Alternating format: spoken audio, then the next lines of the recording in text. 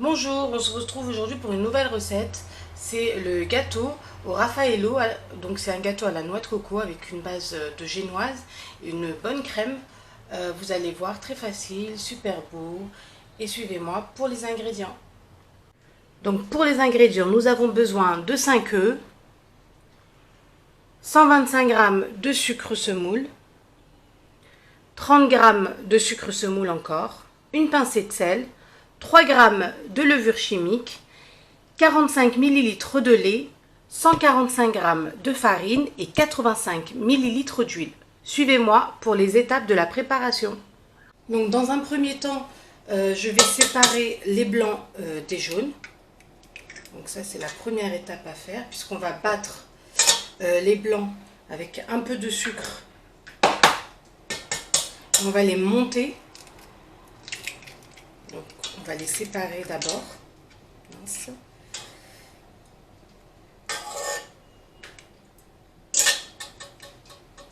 Donc je finis cette étape là et je reviens vers vous. Donc comme vous pouvez le voir, les blancs sont bien séparés des jaunes. Je vais ajouter au blanc le sucre et je vais les mettre directement au robot à monter pour environ 6 à 7 minutes. Donc suivez-moi pour l'étape suivante. Donc là j'ai ajouté le sucre et je vais monter les blancs comme je vous ai dit. Donc je commence tout doucement, histoire de bien mélanger, et je vais progressivement ajouter de la vitesse, et ce pour 6 à 7 minutes, le temps que les blancs montent bien et soient bien fermes. A tout de suite. Donc là, mes blancs sont en train de monter. J'oublie pas ma pincée de sel. Et je continue à laisser progressivement monter, comme je vous ai dit, encore environ 5 minutes. A tout de suite. Donc là, comme vous pouvez le voir, mes blancs sont bien montés. Voilà, bien ferme, comme je voulais. Je vais réserver de côté. Je vais faire monter maintenant battre les jaunes auxquels je vais incorporer le sel. Je vais battre ce mélange-là, le sucre. Je vais battre ce mélange aussi 6 à 7 minutes environ. Il faut que ça devienne bien mousseux, avec un joli jaune clair. Ensuite, je viendrai ajouter progressivement les autres ingrédients. Pour finir par la farine, donc en dernier, je mélangerai bien les ingrédients et j'y incorporerai ensuite délicatement les blancs d'œufs montés. Voilà, à tout de suite. Donc là, comme je vous l'ai dit, je vais venir battre les jaunes avec le sucre pendant environ 6 à 7 minutes. Le temps que le mélange devienne bien mousseux et bien jaune.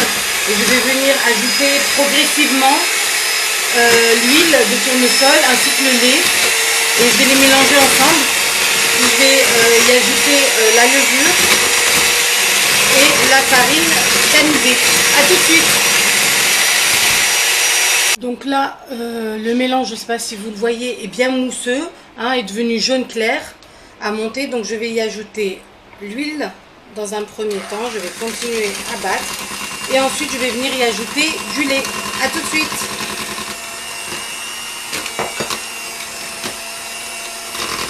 Là, j'ai préparé mon tamis. Je vais y mettre ma farine, ainsi que la levure. Donc les 3 g de levure. Je vais tamiser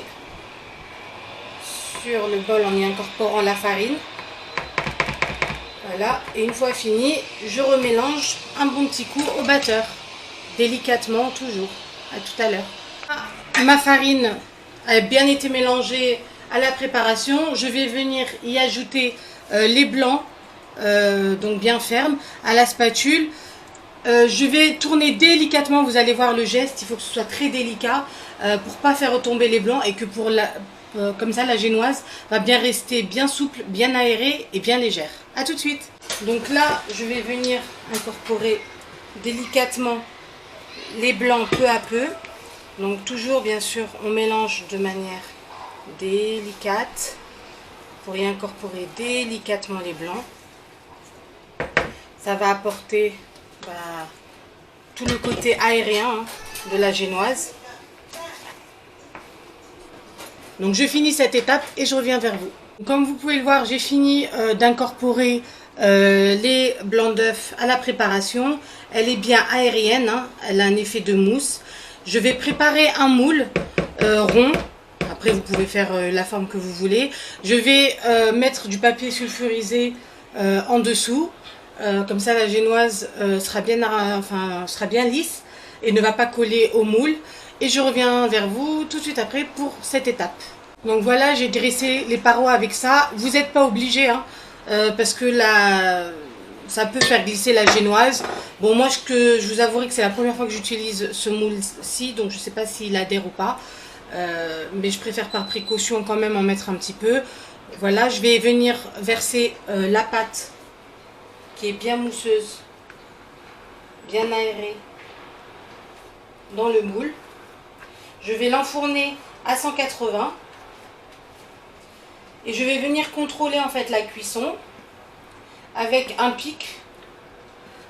Quand le pic ressortira sec, ça veut dire que la génoise sera cuite. Donc dans environ 20 minutes à 25 minutes à 180 degrés.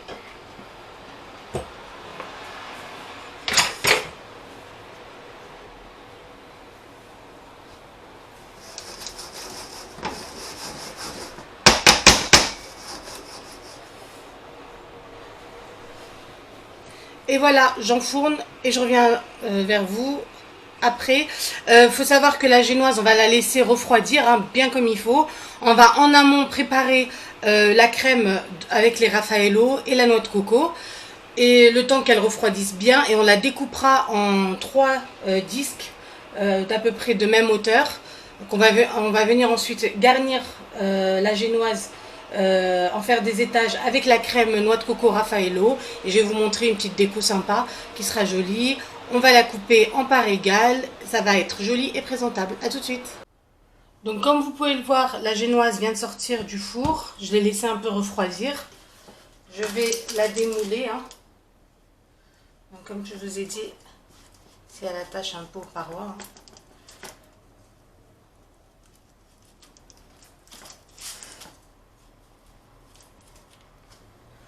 Voilà. On va la laisser se reposer sur une grille comme ça. On va enlever le papier sulfurisé du haut et on va bien la laisser refroidir comme il faut pour après ensuite venir la découper.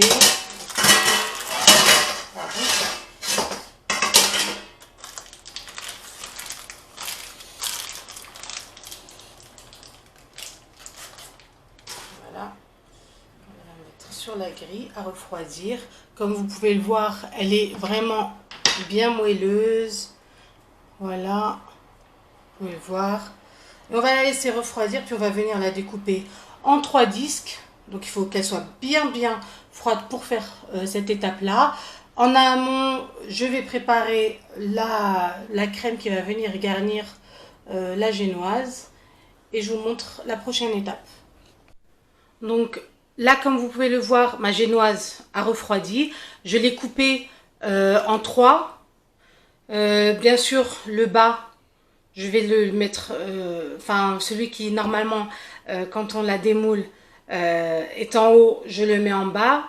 Et celui qui était côté papier sulfurisé sera le top de notre gâteau. Je prépare la crème, je vais vous montrer les ingrédients et les étapes. Et ensuite, je vais vous montrer comment je viens pour la garnir. A tout de suite. Donc pour la crème, nous allons avoir besoin des ingrédients suivants. 200 g de fromage frais type Saint-Mauré Philadelphia, 40 ml de lait, 3 cuillères à soupe de sucre, 8 g de sucre vanille, 20 g de noix de coco, des Raffaello, comme ça. Ce sachet là donc de chantilly déjà prête, 200 ml de lait, donc ce sera pour la chantilly, et 150 g, donc là c'est une tablette de 250 g, mais moi je vais prendre 150 g de chocolat blanc qu'on va faire fondre au bain-marie et qu'on va venir rajouter à la préparation, vous allez voir. Donc tout de suite, la préparation. Donc dans un premier temps, j'ai mis le fromage frais dans la cuve. Je vais le laisser se détendre un petit peu. Allez, 3 minutes. Et ensuite, je vais venir y ajouter les ingrédients que j'ai cités juste avant. Donc là, la crème, je l'ai bien détendue. Je vais venir y ajouter le sachet de chantilly ainsi que le sucre et la vanille. Et je continue encore une fois à fouetter. Je vais venir ajouter la noix de coco râpée et ajouter petit à petit le lait pour que la solution devienne aérienne et lisse. Voilà, à tout de suite. Donc là, comme vous pouvez le voir, la crème est bien montée, hein. Elle a formé un bec, elle est bien onctueuse, bien montée. Je vais venir y incorporer délicatement le chocolat blanc. Alors, le chocolat blanc, bien évidemment, il faut le laisser refroidir, hein, parce que sinon il va faire retomber, s'il est trop chaud, il va faire retomber la crème et ça va pas avoir une bonne consistance et ça va pas être joli non plus quand on va voilà, le recouvrir avec, etc. Ça va être un peu compliqué. Donc on laisse refroidir son chocolat, on l'incorpore délicatement à la crème tout en tournant, en l'incorporant vraiment bien. Vous pouvez faire ça au fouet, mais vraiment à vitesse très lente, ou alors à la spatule tout simplement, en essayant de ne pas faire retomber le mélange de crème, de fromage, de sucre, etc. etc. Voilà, j'incorpore mon chocolat blanc et je reviens vers vous tout de suite après. Donc là, la crème, je vais poser ma première génoise dessus. Je vais venir l'imbiber avec le lait, donc je vous avais dit 40 ml à part. On va venir imbiber légèrement la génoise. On va y ajouter la crème et quelques morceaux de Raffaello à l'intérieur. Alors ça, c'est facultatif. Si vous ne voulez pas, vous n'êtes pas obligé de le mettre. Mais moi, je veux le faire parce que je veux un gâteau bien gourmand. Et pour les amateurs de noix de coco, avec du Raffaello, c'est juste top. Voilà, je vais finir. Je vais faire ces 3 étapes.